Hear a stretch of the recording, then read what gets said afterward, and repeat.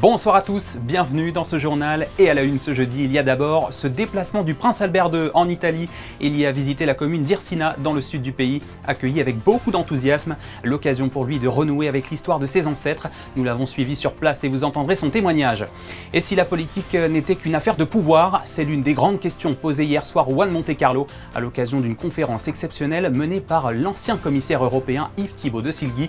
Ce vétéran de la politique qui se définit comme corsaire sera notre invité ce soir et nous livrera son analyse sur l'état du monde. En sport, l'AS Monaco FC organisait sa soirée des abonnés hier au Grimaldi Forum. À cette occasion a été dévoilée l'arrivée prochaine au club de l'international anglais Eric Dier, joueur défensif du Bayern Munich. Vous entendrez sa réaction et celle du directeur de l'AS Monaco, Thiago Schiuro. En volley, les nationales de féminines joueront prochainement les phases finales du championnat de France et les Jeux des petits États d'Europe. Des dates importantes pour cette équipe qui affiche 40 victoires d'affilée, mais aussi beaucoup d'émotions pour elle car ce seront les dernières compétitions de leur emblématique entraîneur, Eva Hamzaoui. Elle sera avec nous dans quelques instants. Et puis le Monaco Ocean Protection Challenge a fait son retour hier au musée océanographique, un concours international qui réunit les jeunes talents engagés pour le monde bleu. Reportage à suivre à la fin de cette édition. C'est une visite encore très symbolique. Le prince Albert II s'est rendu en Italie, à Irsina, petite commune de Basilicate dont le passé est richement lié à la famille Grimaldi. Accueilli avec beaucoup d'émotion, le souverain a pu y découvrir les lieux, renouer avec son histoire et sceller un lien ancien qui demeure aujourd'hui encore une véritable fierté. Voyez le reportage de nos correspondantes sur place, Vanessa Dessy et Alexandra Marangoni. À Irsina, l'histoire des Grimaldi s'écrit encore dans les ruelles et les mémoires, une étape discrète mais pleine de sens pour raviver les liens entre la principauté et l'Italie du Sud. Perché sur les hauteurs de la Basilicate et la petite ville d'Irsina a accueilli le prince Albert II. Une cérémonie officielle qui a permis de saluer un moment fort, l'entrée d'Irsina dans le cercle restreint des sites historiques Grimaldi de Monaco. Un geste symbolique marqué par le dévoilement d'un panneau commémoratif sur la Piazza San Francesco pour souligner les liens anciens entre la dynastie monégasque et cette terre du sud de l'Italie. È un sito importante perché è stato proprietà dei Grimaldi per lungo tempo e quindi questo si lega molto alla filosofia che stiamo affrontando con la nostra associazione, cioè quello di unire tutti quei comuni che hanno comunque un contatto con la famiglia Grimaldi, un matrimonio, un possedimento o un assassinio come Dolciacqua per esempio, e quindi li stiamo mettendo in rete per creare qualcosa di comunicazione attraverso la famiglia Grimaldi e attraverso il Principato di Monaco che dà a questi piccoli borghi anche una visione internazionale, quindi importante per l'economia di questi paesi. Rappresenta un momento importante per questa comunità perché è la prima volta che un capo di Stato viene in un piccolo comune così, è un evento per loro eccezionale e dà la possibilità di essere visti e conosciuti praticamente in tutta Italia et non solo, quindi sicuramente un momento importante per questa comunità. C'est dans ce petit village aux ruelles escarpées et au patrimoine préservé que le souverain a déambulé à pied, salué tout au long de son parcours par la foule. Les habitants fiers de cet honneur avaient tout prévu. Drapeaux, fleurs, fanfares et sourires. Les enfants des écoles s'étaient massés sur le passage du cortège. L'ambiance entre ferveur populaire et chaleur humaine a traduit l'attachement sincère d'Irsina à ce nouveau lien avec la principauté. Irsina è lieta di questo bellissimo evento nella giornata odierna con la visita del principe Alberto II di Monaco. È un evento di una portata storica per Irsina e un legame storico che affonda le radici nel passato, perché la famiglia Grimaldi tra il 1568 e il 1864 è stata feudo di Montepeloso. Irsina si chiamava Montepeloso fino al 1895 e questa è una cosa bellissima. Un evento che parte comunque già da alcuni anni fa, quando Irsina è entrata all'interno dei siti storici Grimaldi di Monaco. Da qui poi è partito un percorso che ci porta oggi a festeggiare insieme al principe.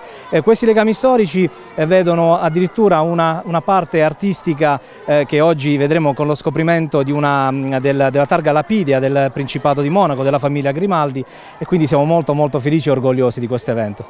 Le prince Albert II a exprimé son enchantement après sa visite à Irsina, soulignant l'émotion de renouer avec ce pan d'histoire lié à la famille Grimaldi. Il y a vraiment une richesse artistique, patrimoniale, culturelle importante et voilà, on est très heureux que cette commune ait rejoint les sites historiques Grimaldi de Monaco ici en Italie et je crois qu'elle va apporter beaucoup à l'association et qu'on pourra l'accueillir aussi bientôt en principauté.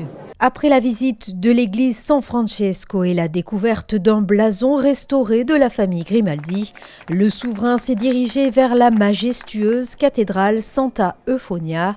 Au lieu spirituel d'Irsina, elle domine la ville et raconte, à travers ses fresques et ses pierres, une histoire empreinte de foi. C'est là, dans le silence recueilli de ce monument sacré, que le prince Albert II a conclu sa visite, en écho aux racines profondes qui unissent Irsina à l'histoire des Grimaldi. Nous en parlions dans notre édition d'hier. La 134e session du Comité des ministres du Conseil de l'Europe s'est tenue durant 2 jours à Luxembourg. Une session annuelle réunissant les ministres des Affaires étrangères des 46 États membres afin de définir les grandes orientations stratégiques de l'organisation. Christine Petit-Homel, vous avez suivi ce rendez-vous auquel a participé notre ministre des Relations extérieures, Isabelle Béraud-Amadei. Que faut-il en retenir ? Oui, cette 134e session s'inscrit dans le cadre du 75e anniversaire du Conseil de l'Europe et met en lumière son rôle clé dans la défense des droits humains, de la démocratie et de l'état de droit, conduite par Isabelle Béraud-Amadei, ministre des Relations extérieures et ministre d'État par intérim. La délégation monégasque a réaffirmé son engagement en faveur de ces valeurs et du dialogue multilatéral. L'événement marquait également la fin de la présidence luxembourgeoise entamée en 2024 et le passage de relais à Malte. Cette session a revêtu une importance particulière pour Monaco qui a su s'affirmer au fil des ans sur la scène diplomatique européenne et qui prendra la présidence du Comité des ministres en mai 2026 avec une feuille de route déjà bien remplie. Le sujet principal qui est déjà connu, c'est la question du sport, puisque nous allons accueillir la conférence des ministres des sports les 3 et 4 novembre prochains en 2026 à Monaco. Nous avons également les sujets qui tiennent à cœur à la principauté de longue date, comme la protection des enfants, la lutte contre la violence à l'égard des femmes, notamment, qui sont les sujets majeurs pour la politique internationale de Monaco, et également la défense du système européen de protection des droits de l'homme, puisque nous allons dès décembre prochain assumer la présidence du comité sur le suivi de l'exécution des arrêts, et également la protection du système de la Cour européenne des droits de l'homme, auquel nous allons notamment aussi apporter un soutien financier renforcé. Au cœur des débats, des sujets d'actualité majeurs, le soutien à l'Ukraine face à l'agression russe, la défense des droits humains et la lutte contre le recul démocratique en Europe. En tant qu'État européen, nous sommes concernés au premier chef par les menaces qui se font pour la sécurité sur le continent et effectivement sur l'impact pour les systèmes démocratiques et l'instabilité qui peut en découler. Donc effectivement, ça peut avoir des conséquences directes pour la principauté, bien qu'on puisse peut-être pas s'en apercevoir au premier lieu. Une journée qui fut également rythmée par des échanges riches et constructifs. Isabelle Béraud-Amadei a pu rencontrer ses homologues et a pu s'entretenir avec le secrétaire général du Conseil de l'Europe, Alain Berset, autour du nouveau pacte démocratique, initiative visant à renforcer la démocratie en Europe et recentrer l'action du Conseil sur la sécurité démocratique. Lors de ce déplacement, Isabelle Amadei Béraud a également pris part à de nombreuses rencontres bilatérales en rencontrant les ministres de l'Autriche, d'Andorre, du Monténégro ou encore de la Moldavie, l'occasion de renforcer un peu plus les liens diplomatiques entre les États membres et d'approfondir la coopération. We share with Monaco the desire to see an international rule-based order. Our common desire is to promote peace. But also to have human rights respected everywhere, especially rights of children, the rights of women, and at the same time we strive, of course, to make sure that the Council of Europe remains a strong organization in promoting democracy, rule of law, and that the European Court of Human Rights remains a strong, fundamental pillar of democracy and rule of law in Europe.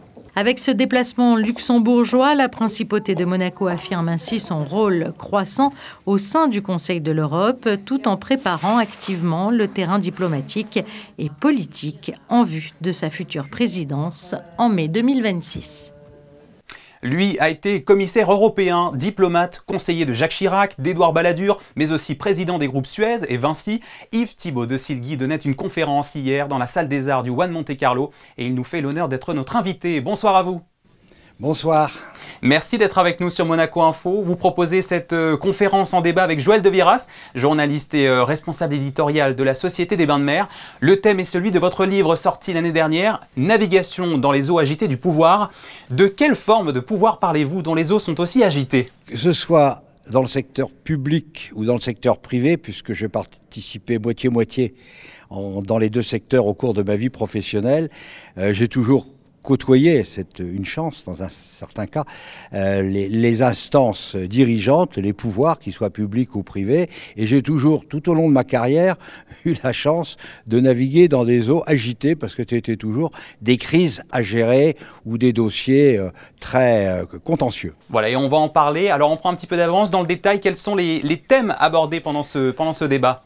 Un thème économique, la France, où en est-elle, où va-t-elle? L'Europe, quel est son avenir? Que va-t-il se passer? Et enfin, le vaste monde. Et le vaste monde, c'est aujourd'hui la domination américaine et la politique de Trump qui est en train de remettre en cause beaucoup d'acquis de ces dernières décennies. Pourquoi parler de pouvoir et de votre expérience du pouvoir dans une conférence à Monaco? Quel message est-ce que vous souhaitez transmettre au public, particulièrement monégasque? Pour Monaco, la paix, la sécurité de l'Europe, la stabilité des relations internationales, ce qui se passe au Moyen-Orient, comme ce qui se passe sur le front russo-ukrainien, sont des questions qui peuvent avoir des conséquences pour Monaco et qui intéressent Monaco. Monaco n'est pas un îlot isolé du reste du monde. Monaco vit dans un environnement français, international et européen, bien sûr. Alors le premier titre de votre livre sorti l'année dernière, c'est Mémoire d'un corsaire, dans lequel vous racontez notamment votre expérience formatrice du service militaire de la marine, d'où le titre évocateur. Qu'est-ce que vous voulez dire par corsaire? Vous êtes un corsaire de la politique? Non, mais je suis un breton. Et un breton, c'est un marin. Et un marin qui, comme je l'ai été, c'est un marin qui s'est battu toute sa vie dans de multiples combats. Moi, j'ai fait la guerre de la morue avec le Canada, la guerre de la langoustine avec les Anglais pour prendre ces deux, et les Irlandais pour prendre ces deux exemples, mais il y en aurait beaucoup d'autres. Ce sont des combats. Et en fait, j'étais motivé par le souci de défendre les intérêts de mon pays et voire les intérêts de l'Europe dans d'autres dossiers. Et donc, je le faisais, je dirais, un peu comme un corsaire, avec une lettre de mission du roi de France, aller combattre les flottes britanniques. Et d'ailleurs, mes ancêtres se battaient contre les Britanniques pendant la guerre de 100 ans, ce qui m'avait lu un jour dans une conférence débat à Londres, l'un de vos collègues qui m'interrogeait, il dit, Monsieur de Silly, vos ancêtres ont bouté les Anglais de France et de Bretagne, rassurez-vous, pour l'euro, vous n'aurez pas à le faire parce qu'on n'ira pas dans l'euro.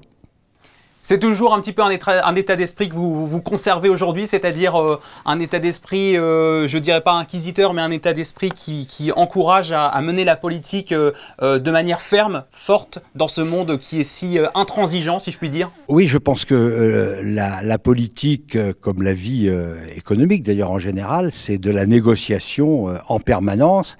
Et la négociation, c'est un combat, qui n'est pas forcément un combat sanglant, mais quand même un combat, c'est une lutte, c'est comme un sport. Et il faut être dans les meilleures conditions pour l'affronter. Et donc, voir ce qu'il y avait de formidable dans ce que j'ai vécu, c'était de voir comment, avec ce que l'on avait comme moyen, on arrivait à en obtenir le maximum pour la défense de nos intérêts, de l'intérêt de nos compatriotes, qu'ils soient français ou européens quand c'était pour l'euro. Toujours avec cet esprit négociateur, justement. C'est le message clé qu'il faut comprendre, c'est la négociation et la diplomatie qui priment.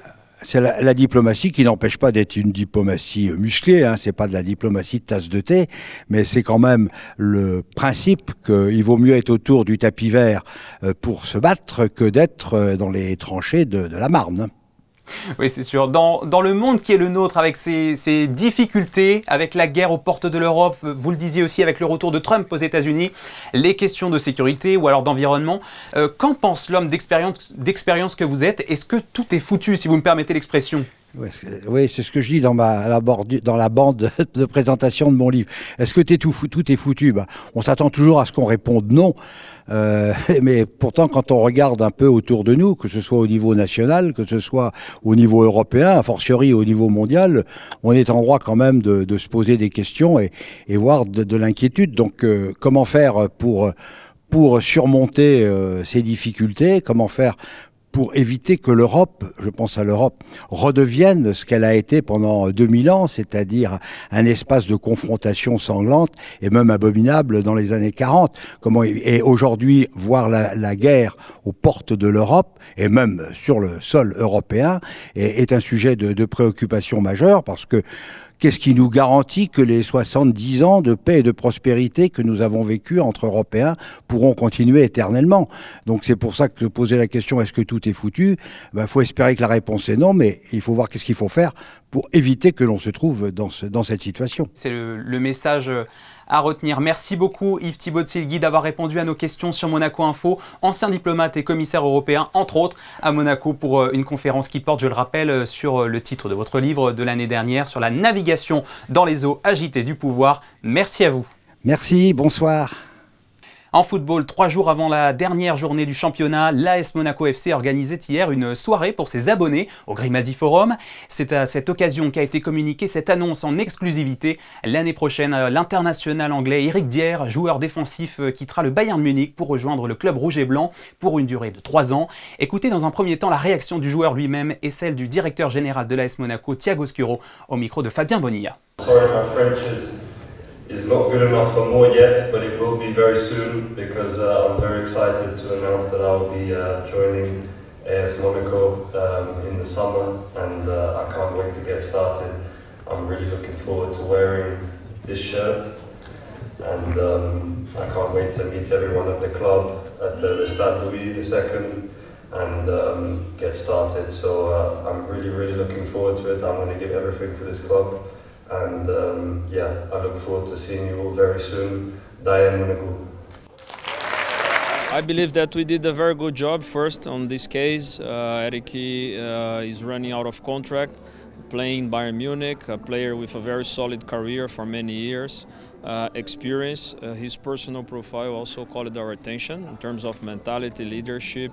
So yeah, this is what we expect for the summer also, to have more and stronger personalities, to help our captains to lead the club and also to support even more our young talented players that are developing here. Pretty sure that he's going to have a nice journey here. He's going to have a good adaptation to our playing style, to the place. Well, it's a very good way to start the summer transfer window. J'imagine que vous travaillez peut-être aussi sur d'autres joueurs, d'autres arrivées. On est tout seul là, vous pouvez me donner quelques secrets? Oh, for sure. Like Eric is something that we've been working much before than today, than the announcement. We are already working also in other targets that we have. We always have a plan very clearly, which potential players may leave, how can we replace, what kind of profile. Always discussing between recruitment, myself, Adi, the president, also involved and supporting all those decisions. Yeah, there is more to come as always, so we hope to have a very busy summer. Et puis je vous le disais, au-delà de cette annonce exclusive, la soirée des abonnés de l'AS Monaco FC a réuni du monde hier au Grimaldi Forum. Fabien Bonilla et Camille Caloni se sont mêlés à la fête, regardez. Plus de 500 abonnés étaient présents au Grimaldi Forum mercredi soir. Ils sont dans le stade toute l'année pour supporter leur équipe de foot et ils ont été récompensés. Le club à la Diagonale les a conviés à une soirée festive avec la possibilité de discuter avec le staff et des joueurs. Le directeur général et l'entraîneur étaient sur scène avec également Thilo Kehrer et Elias Benseguir. Pendant plus de 2 heures, tous ceux qui ont voulu prendre la parole et poser leurs questions ont eu la possibilité de le faire dans une ambiance détendue. Le contexte d'ailleurs le permettait puisque l'AS Monaco Football Club est assuré de participer à la Ligue des Champions l'année prochaine également. For me, it's very crucial this kind of events and nights to put ourselves more together with our fans, to listen them. Sometimes during the season, the emotions are very high. It's very hard to take things in a calm way. I think we had an evening where we could listen what they think, what they expect from us, and of course that we will take all of this in consideration. En parallèle de ce jeu de questions-réponses, de nombreuses animations ont été organisées sur la scène sous forme d'entractes, comme un quiz avec des maillots dédicacés à gagner, ou encore, par exemple, des démonstrations de freestyle. Un rendez-vous apprécié par les abonnés qui ont vécu une saison plutôt positive. Moi, je suis supporter de l'AS Monaco depuis l'âge de 8 ans. J'en ai 62 maintenant, donc et c'est la première fois que je vois ça, parce que à une époque, ça se faisait pas, ça. C'était une belle soirée, surtout grâce aux résultats de samedi dernier, on ne va pas se mentir, parce que les résultats ont été favorables. Donc la soirée s'est mieux passée grâce aux résultats et le club a fait vraiment une bonne organisation. C'était sympa de pouvoir échanger avec la direction, l'entraîneur, les joueurs et se retrouver avec les supporters. Comme on dit toujours à Monaco, on est une famille. Après une photo de groupe, cette soirée s'est achevée par un cocktail où tous les abonnés étaient également conviés sous la verrière et dans l'espace Indigo, avec là aussi de nombreuses animations. Elles n'ont plus peur de rien. Les Nationales 2 féminines de l'AS Monaco Volleyball s'apprêtent à disputer les phases finales du championnat de France. Elles auront lieu ce week-end près de Paris, au Palais des Sports Marcel Cerdan de Saint-Cloud. Alors c'est à la fois un véritable événement pour l'équipe qui reste invaincue depuis 2 saisons déjà, mais c'est aussi un petit pincement au cœur puisqu'il s'agira de l'une des dernières compétitions de son entraîneur, Eva Hamzaoui, avant qu'elle ne quitte ses fonctions. Et elle est en duplex avec nous. Bonsoir. Bonsoir. Merci d'avoir accepté notre invitation pour évoquer d'abord ces grands moments que vous avez vécus en 10 années avec votre équipe. C'est beaucoup de souvenirs que vous allez laisser derrière vous et l'on imagine votre émotion à l'approche de votre départ. Hein. Ah oui, c'est vraiment difficile aussi émotionnellement parce que c'est pas vraiment un choix, c'est plutôt un renoncement parce que en fait aujourd'hui je cumule donc 2 activités qui me prennent beaucoup de temps. J'ai 2 enfants et je n'arrive plus à jongler avec toutes ces obligations, ce qui fait que je suis obligée de renoncer et de faire un choix. Voilà, aujourd'hui donc c'est très difficile pour moi parce que j'ai passé 10 années incroyables. J'aime beaucoup entraîner. On a eu d'excellents résultats depuis 10 ans à l'AS Monaco Volleyball. Donc forcément, c'est difficile. Vous avez cumulé alors les victoires durant toutes ces saisons, 4 montées en National 2 de National 2 en élite, un titre de championne de France des clubs en beach volley, celui de National 2 2024 et je n'ai pas tout cité. Alors avec le recul, qu'est-ce que vous en retenez? Alors c'est vrai que quand le service communication, c'est d'ailleurs une fille de l'équipe qui s'occupe avec brio de la communication du club, a fait ce poste-là. C'est vrai que je ne m'étais pas rendu compte de ce bilan-là qui est vraiment super et c'est des souvenirs incroyables, des émotions partagées, des aventures humaines, des difficultés aussi. Et c'est quand même très émouvant. Et d'ailleurs, j'en parle là maintenant avec beaucoup d'émotion. Oui, on entend votre émotion. Il y a beaucoup de choses à retenir dans toutes ces années d'entraînement. Cette équipe que vous avez entraînée justement pendant 10 ans, vous vous apprêtez à la voir jouer ces derniers matchs à vos côtés, potentiellement jusqu'à la finale et un nouveau titre. Comment vous appréhendez ces dernières dates? Qu'est-ce que vous ressentez?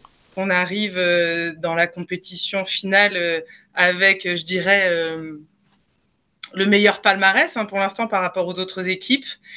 Mais on sait que ça va être très compliqué aussi. On rencontre en demi-finale une équipe solide qui est aussi invaincue cette année dans sa poule. Donc on arrive avec cette ambition de gagner et de conserver notre titre, évidemment. On va tout donner. On va garder notre identité collective qu'on a construite depuis des années.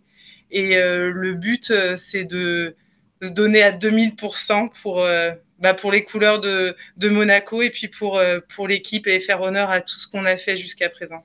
Quelles sont les choses auxquelles il faut prêter attention particulièrement avant d'aborder un Final Four comme ce week-end? Quelles sont les difficultés qui vous occupent particulièrement sur ce type de rencontre? Alors, pour notre équipe, ça va être cette envie, je pense, de vouloir bien faire et parfois de vouloir trop bien faire. Donc, du coup, dans ces moments-là, il faut gérer une forme d'adrénaline qui est un petit peu différente et surtout, on peut vouloir être trop perfectionniste. Et là, encore une fois, c'est important. On a dans notre discipline cette chance que chaque point est un nouveau match. Donc, c'est tout de suite avoir une mémoire courte et se concentrer sur la suite, sur ce qui va arriver encore une fois sur le moment présent et surtout se détacher de l'enjeu parce que c'est pas en se mettant une pression supplémentaire qu'on va arriver à optimiser son niveau. Oui, il y a toujours cet esprit d'équipe qui joue beaucoup, qui fait toute la différence. On parle donc de ce week-end, mais n'oublions pas aussi les Jeux des petits États d'Europe qui se dérouleront du 26 au 31 mai prochain en Principauté d'Andorre, auquel vous aviez participé d'ailleurs en tant que joueuse aussi. Dans votre palmarès, on compte là aussi 3 médailles décrochées aux Jeux des petits États. Ça reste un défi pour vous. Quel est votre état d'esprit là aussi ? Ah, c'est extraordinaire. C'est vrai qu'on a une chance incroyable de pouvoir participer à cette compétition. C'est une compétition internationale d'une grande envergure avec un très bon niveau. On a évidemment l'ambition d'aller décrocher une médaille à ces Jeux. Et même si l'équipe du championnat ne sera pas tout à fait la même équipe que celle qui sera présentée au Jeux des petits États, on a, je pense, nos chances aussi de s'exprimer. Et encore une fois, ce sera notre identité collective qui, je pense, pourra faire la différence, qui est basée vraiment sur la solidarité, l'entraide et cette humilité dont on parlait. Et je pense aussi qu'il est important de souligner qu'on a des joueuses d'un talent extraordinaire dans notre équipe. Et ça va être formidable de voir cette équipe évoluer avec ces talents. Si vous aviez un tout dernier message à leur faire passer à vos joueuses, quel serait-il? Juste, merci. Et ce sera le mot de la fin. Merci beaucoup Eva Hamzaoui, coach des Nationales 2 féminines de l'AS Monaco Volleyball, d'avoir répondu à nos questions ce soir sur Monaco Info. Et l'on vous souhaite une bonne fin de saison avec ces Jeux des petits États d'Europe et les phases finales du championnat de France ce week-end. Merci beaucoup. Merci beaucoup. Cette information à présent, une messe du souvenir s'est tenue cet après-midi en la cathédrale de Monaco pour rendre un dernier hommage à Lorenzo Renou, ce jeune de 17 ans, joueur de National 3 à l'AS Monaco Basket, qui avait perdu la vie ce week-end dans un accident de la route au retour d'un déplacement en Isère. 5 autres personnes avaient été blessées et sont désormais hors de danger. Une messe donc particulièrement émouvante à laquelle ont participé autour de son Altesse Sérénissime la Princesse Charlène, des membres de la communauté sportive monégasque, des représentants des autorités et bien sûr la famille du jeune homme. Dans un tout autre registre, les Carabiniers du Prince viennent d'intégrer 8 nouvelles recrues dans leur compagnie. La remise des insignes a eu lieu ce matin en présence de leur famille et de leur marraine, son Altesse Sérénissime la Princesse Stéphanie. Un moment solennel qu'ont pu suivre Alban Gingembre et Arnaud Imbert. Après 4 mois de formation, voici le visage des 8 nouveaux Carabiniers du Prince. Ils intègrent la compagnie et poursuivront leur formation pendant encore 1 an. Fier d'être enfin Carabinier du Prince. C'est avant tout les valeurs militaires, le prestige de l'uniforme, de servir le prince ainsi que la famille princière et bien sûr les différentes missions et spécialités que l'on peut trouver chez les Carabiniers du Prince. D'avoir ce privilège de travailler pour un chef d'État, que ce soit les missions aussi qui étaient pour moi très importantes. Voilà, ça me permet aussi de continuer la musique puisque je suis musicien, donc être dans l'orchestre des Carabiniers. Donc tout cela, ça m'a donné envie d'intégrer la compagnie. La marraine du corps des Carabiniers du Prince, son Altesse Sérénissime, la Princesse Stéphanie, a remis les insignes de corps aux élèves carabiniers. Une cérémonie qui met en avant le sens de l'engagement pour servir avec honneur, fidélité et dévouement. C'est effectivement un métier exigeant. Très particulier, au contact de la population, au contact des touristes, au contact des hautes autorités. Aujourd'hui, trouver des jeunes qui sont intéressés pour se sacrifier, on se met au service d'un souverain et de sa famille avec des contraintes. Il y a énormément de contraintes, il faut pouvoir les accepter. On a encore des jeunes actuellement qui les acceptent et qui mettent un point d'honneur à venir servir. Le vivier de dossiers de recrutement chaque année diminue. On a encore la chance de pouvoir les choisir. Dès la semaine prochaine, les Carabiniers prendront leurs fonctions dans la Principauté. Ce matin, élus et personnels communaux étaient invités à donner leur sang au foyer Sainte-Dévote dans le cadre d'une opération de sensibilisation organisée par la mairie avec le soutien du centre hospitalier Princesse Grasse. Un geste solidaire important alors que les réserves en sang s'épuisent à une vitesse fulgurante. Écoutez 2 cadres de la mairie expliquer cette démarche au micro de Léa Dutrouille. Mon chef de service, Madame Montovani, un jour m'a proposé cette idée. Je trouvais que c'était excellent, donc on en a parlé au conseil, qui bien sûr s'est rangé à notre avis. On en a parlé au secrétariat général et Madame Costa nous a donné son feu vert. Donc voilà, tout s'est organisé comme ça parce qu'on pensait qu'il y avait vraiment une nécessité d'aider le CHPG à trouver le plus de sang possible parce que finalement, quand une personne donne son sang, c'est 3 vies qui peuvent être sauvées. On espère bien pérenniser ça et que l'an prochain, on se revoit tous là. Voilà, vous voulez le faire l'année prochaine? Oui, on aimerait vraiment le faire tous les ans parce que je pense qu'on aura d'autres donneurs du coup. Les gens vont parler. Et ce qui est extraordinaire, c'est que là, justement, on a eu beaucoup de premiers donneurs, des gens qui n'avaient jamais eu l'idée de le faire ou que c'était trop compliqué, alors que là, on est sur leur lieu de travail, c'est beaucoup mieux. C'est un acte de solidarité important pour la mairie et l'ensemble du personnel communal qui compte quand même 850 personnes. Donc c'était bien d'organiser ces 2 jours de collecte du sang au sein de la mairie pour faciliter le don du sang. Souvent on n'y pense pas ou on n'a peut-être pas le temps et donc voilà, c'est aussi pour inciter à donner son sang et aussi à des primo-donneurs. Parce qu'on sait que le CHPG malheureusement a besoin de beaucoup plus de sang qu'il n'en reçoit. Donc donnez votre sang, organisez aussi des collectes de sang au sein de vos institutions ou au sein de vos entreprises. Voilà, ça aide. La Fondation Prince-Pierre poursuit son déplacement à Paris. Hier, elle a organisé sa traditionnelle conférence magistrale en partenariat avec les rencontres philosophiques de Monaco.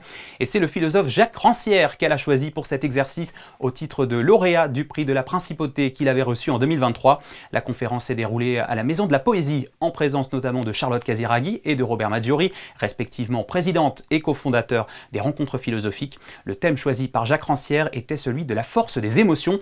Écoutez-le au micro de Christophe Paco. Il explique justement comment nos sentiments peuvent nous affecter dans notre monde et son actualité morose. On vit une période, disons, les gens sont quand même assez déprimés, quoi, que ce qui se passe un peu partout dans le monde, un petit peu, disons, la hausse, disons, les pouvoirs, les puissances, un peu vraiment un peu de l'inégalité, de la passion haineuse, de la xénophobie, du complotisme. Bon, tout ça, effectivement, crée une espèce de sentiment un petit peu déprimant. Donc la force des sentiments, c'est aussi la force, éventuellement, qu'elles ont pour produire de la faiblesse, quoi. On pense toujours que tout ce qui se passe, Trump et les autres, tout ça, c'est à cause des ignorants. Bon, ces pauvres types au fin fond du Wyoming ou du Dakota, ils ne peuvent pas contrôler les fake news. Mais bon, donc voilà, on se flatte en quelque sorte de l'idée que ce sont des ignorants qui nous causent nos malheurs, quoi. Or, j'essayais de prouver que non, quoi. D'un côté, de prouver que non. Du même coup, peut-être d'essayer de libérer les gens de ce sentiment qu'on a. Parce qu'effectivement, on vit dans un monde dont on souffre, quoi. En même temps, avec cette espèce de consolation pas très sympathique qui consiste à se dire « Oui, on en souffre, d'accord, mais on connaît les raisons. » C'est ça le problème, si vous voulez. Moi, qui suis quand même maintenant quelqu'un de très âgé, quoi. Voilà, c'est fou ce qu'on a appris sur la raison des choses en 60 ou 80 ans, quoi. Et en même temps, disons, plus on apprend, plus la science se développe, les sciences sociales, tout ça, tous les modes d'explication se développent et plus finalement ce savoir s'avère comme inutile, quoi.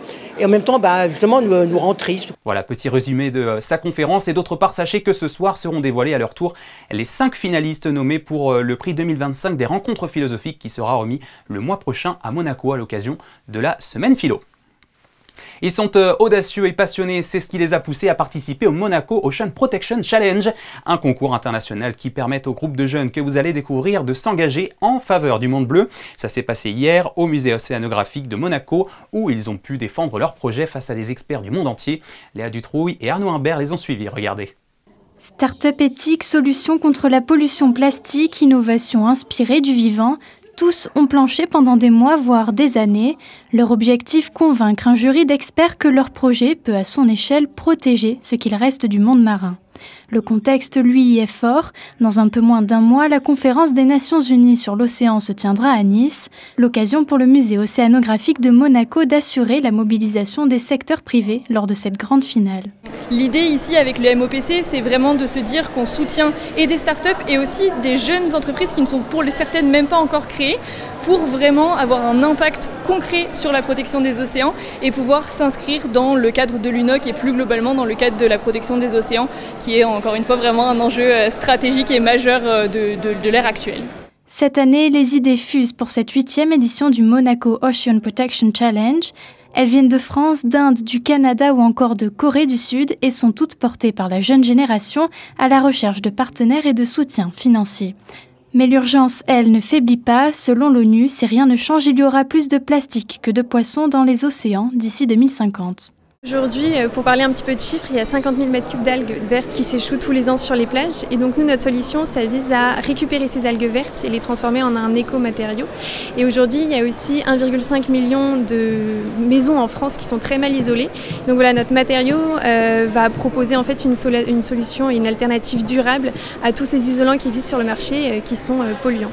Au-delà de l'exercice académique, ce challenge est devenu un incubateur d'engagement. Certains anciens lauréats sont aujourd'hui à la tête de leur entreprise, d'autres siègent à leur tour dans le jury pour transmettre le flambeau. Surtout dans l'économie bleue, dans l'économie de l'océan, un prototype montre qu'une solution peut marcher, mais on a besoin d'une échelle, d'un volume de production énorme pour arriver vraiment au marché. Donc on n'est pas encore tout à fait rentré dans le grand marché global, mais dans ces 4 ans, on est parti de vraiment montrer une idée, un concept. On a déjà livré plus de 150 tonnes d'aliments durable pour l'aquaculture et on a réduit l'impact, on a réduit le besoin de pêcher 10 millions de poissons de la mer. Le MOPC, c'est cela, une scène où la jeunesse tente, trébuche parfois, mais surtout agit. Une start-up africaine a d'ailleurs été mise à l'honneur pour réduire la pêche intensive. Dans un monde à bout de souffle, c'est une bouffée d'oxygène. Un mot d'une nouvelle exposition qui a été inaugurée hier dans la Galerie des Pêcheurs. Elle prend le nom du Sanctuaire Pélagos et est présentée par l'association We Are Méditerranée. Il s'agit d'une sélection de clichés exceptionnels capturés par le grand photographe naturaliste Greg Lecoeur et qui mettent en lumière la richesse de la biodiversité des fonds marins du Sanctuaire Pélagos qui couvre un large périmètre de la Méditerranée entre la France, Monaco et l'Italie jusqu'au nord de la Sardaigne. Cette exposition fait partie des événements précurseurs de la conférence de l'ONU sur l'océan qui aura lieu, je le rappelle, en juin à Nice. C'est la fin de cette édition. Merci à tous de l'avoir suivi et merci pour votre fidélité à notre antenne. Dans un instant, la météo présentée par Alban Gingembre. Ensuite, vous avez rendez-vous avec Yann-Anthony Nogues qui a rencontré l'ambassadeur de l'Ordre de Malte, Alberto Di Luca. Dès demain, ce sera Sarah Nkari qui vous accueillera pour vos journaux du week-end. Je vous laisse sur les images de la soirée des abonnés de l'AS Monaco FC hier au Grimadi Forum capturé par notre photographe Edward Wright. Excellente soirée sur Monaco Info et à bientôt.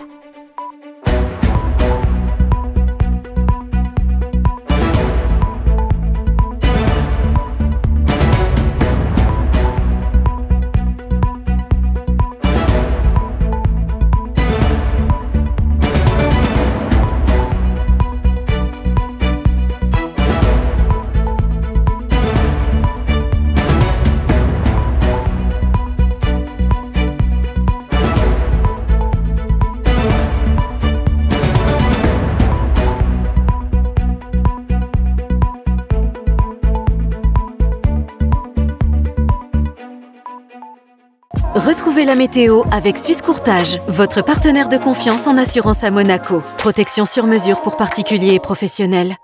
Bonsoir à tous. Demain, on ne saura toujours pas comment s'habiller. La météo en fait encore des siennes avec un temps incertain en cours de journée. Le ciel clair du matin, quoique légèrement nuageux, deviendra variable l'après-midi avec des nuages plus présents et en faible risque d'averse. Du vent aussi qui se réveille ce vendredi. Pourtant, un indice UV toujours élevé avec des températures allant de 18 à 20 degrés. La citation du jour, un homme est bien fort quand il s'avoue sa faiblesse, des mots d'Honoré de Balzac, car ce vendredi 16 mai, nous fêterons les Honorés. C'était la météo avec Suisse Courtage, votre partenaire de confiance en assurance à Monaco. Protection sur mesure pour particuliers et professionnels.